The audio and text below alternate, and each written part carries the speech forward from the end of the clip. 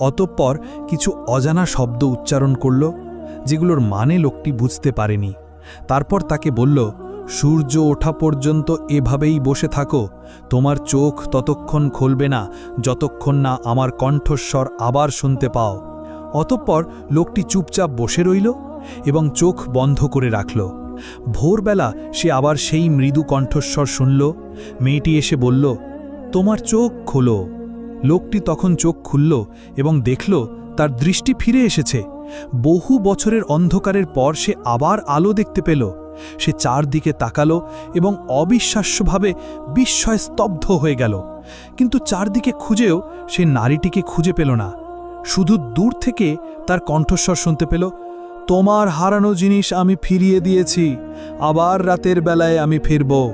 অতঃপর রাতে যেমনটি প্রতিশ্রুতি দিয়েছিল সেই নারী আবার ফিরে এলো।